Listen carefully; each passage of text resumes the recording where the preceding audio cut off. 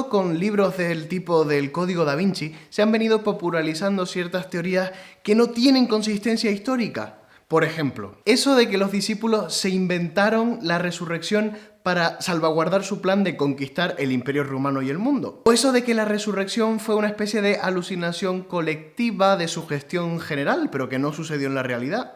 O eso de que Jesús no había muerto, sino que estaba como una especie de estado de catalepsia del que se despertó para ir a casarse con María Magdalena. Por favor, a esta teoría no le voy a dedicar ni 5 segundos de vídeo porque es que no tiene ningún tipo de consistencia. O la versión ya más moderna, siglo XXI, de que Jesús resucita en nuestros corazones.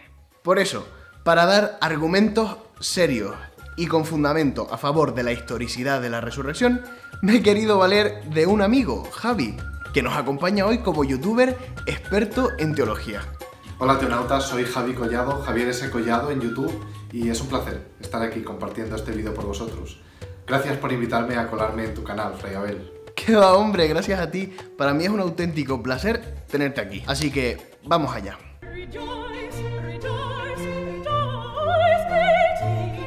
El primer argumento es un argumento de dificultad, que en términos históricos nos viene a decir que todo aquello que era improbable que sucediera a nivel histórico y sin embargo se recoge en la historia, tiende a ser verdad.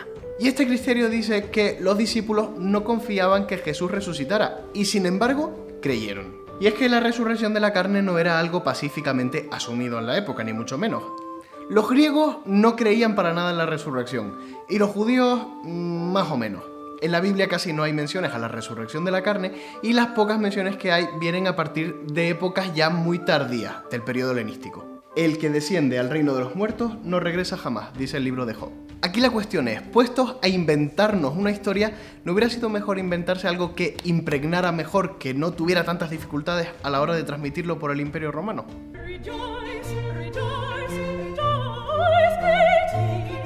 Si realmente los apóstoles inventaron la resurrección, ¿cómo es posible que queden tan mal en sus propios relatos? A María Magdalena le cuesta mucho reconocer que es Jesús, incluso cuando le tiene delante. Tomás exige meter los dedos en las heridas que la cruz había hecho en Jesús, de la crucifixión. Y los otros apóstoles, la mayoría de ellos, tienen problemas para reconocer a Jesús, para reconocer que Jesús ha resucitado.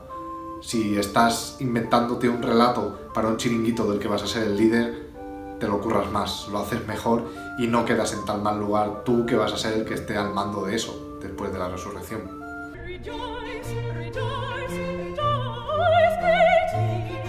El tercer argumento es el sepulcro vacío, que aunque en sí mismo no es una prueba de la resurrección, pues ayuda bastante. Que el sepulcro estaba vacío es bastante conveniente a nivel histórico. Recordemos que ya empezaron a surgir teorías tanto de los discípulos como de sus enemigos, de por qué el sepulcro estaba vacío. Mientras que los judíos decían que estaba vacío porque lo habían robado, María Magdalena decía que se lo habían llevado. Y la pregunta es, ¿cómo no hay constancia histórica de la existencia de un cadáver de una persona tan insigne como era Jesús? Y además que ningún judío hubiera creído si hubiera tenido el cuerpo de Jesús delante. Pero del cuerpo de Jesús ni rastro. Desde el comienzo del cristianismo hay una apelación a recurrir a los testigos de la resurrección, a los testigos directos de lo que allí pasó. En historia, cuando se trata de recomponer eventos a partir de fuentes textuales, se tiene muy en cuenta el criterio llamado de atestación múltiple. Es decir, que diversas fuentes de diversa procedencia, de diversa época incluso y de diversas tradiciones orales que después se han puesto por escrito, contengan un mismo evento, que ese evento esté reflejado en todas las tradiciones. En el caso de la resurrección aparece reflejado en todas las tradiciones, en todas las fuentes escritas que tenemos en el cristianismo. Lo recogen los evangelios sinópticos, lo recoge la tradición joánica y lo recoge la tradición paulina. Además de que también está presente en los padres de la Iglesia. La patrística hace continuas referencias a la resurrección. Por lo tanto, la resurrección cumple con este criterio de atestación múltiple a la perfección.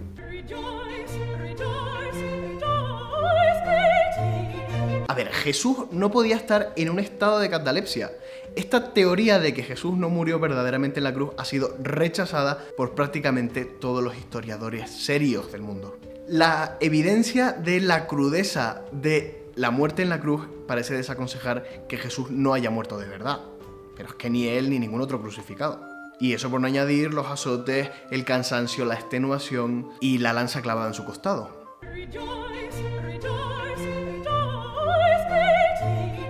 Otro argumento que avala la autenticidad de la resurrección es el hecho de que los apóstoles mueren por confesar la fe en Jesús, por confesar la autenticidad de la resurrección.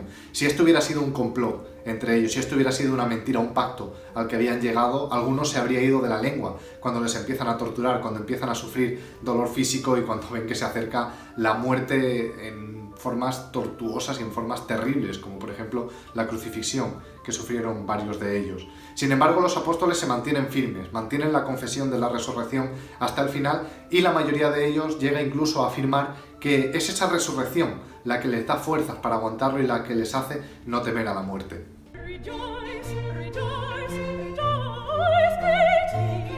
Y aquí mi argumento favorito. Ya la primera generación de judíos que creyeron en Jesús empezó a cambiar costumbres judías tan importantes como la observancia del sábado, que pasó a ser el domingo, el primer día de la semana, el día del Señor. Vamos a ver, si conocierais los judíos del siglo I, os extrañaríais bastante de que este cambio sucediera de un día para otro. No estoy hablando de un cambio de generaciones o en el que haya pasado muchos años, sino que pasó casi inmediatamente. Y esto no se puede explicar por una alucinación. ¿Tú sabes lo que significa que un grupo de judíos del siglo I decidiera cambiar la observancia del sábado por el domingo? Esto no se explica, sino es que en ese domingo pasó algo verdaderamente histórico, trascendente e impactante. A nivel histórico, digo.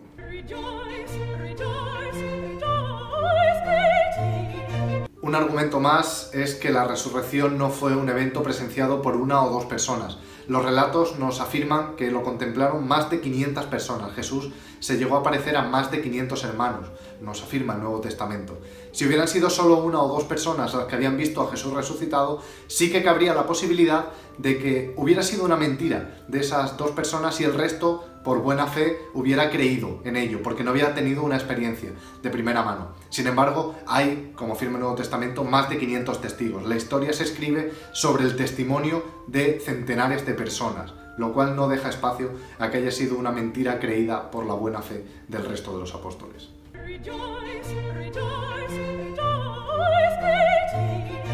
Un personaje que es en sí mismo un argumento a favor de la resurrección es San Pablo.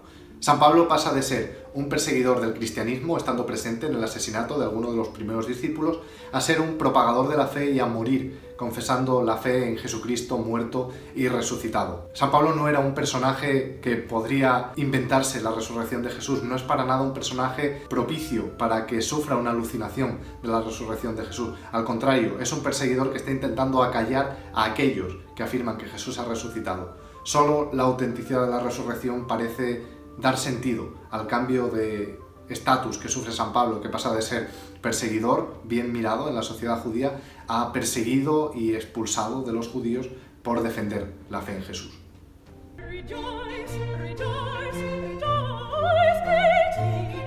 Pero para nosotros la prueba definitiva de la resurrección de Jesús es que nos hemos encontrado personalmente con Él. Y no solo nosotros, sino cientos de generaciones de cristianos que aseguran a nivel histórico que se han encontrado también con el resucitado. Y muchos cristianos que han dado la vida como los apóstoles defendiendo que se han encontrado con Jesús. Pues ya está, estos son los 10 argumentos que hemos confeccionado para hacer más razonable la historicidad de la resurrección de Jesús. Por supuesto, estos argumentos no prueban ni demuestran científicamente nada. Lo que pretenden afirmar es la razonabilidad de que esto haya sucedido a nivel histórico. Así que muchas gracias, Javi, por participar en este vídeo. Agradezco una vez más a Fray Abel su invitación a compartir con él este vídeo a dos voces sobre la resurrección. No os olvidéis de darle like y de suscribiros a su canal, que merece realmente la pena por la calidad de sus vídeos y la profundidad de los temas que toca.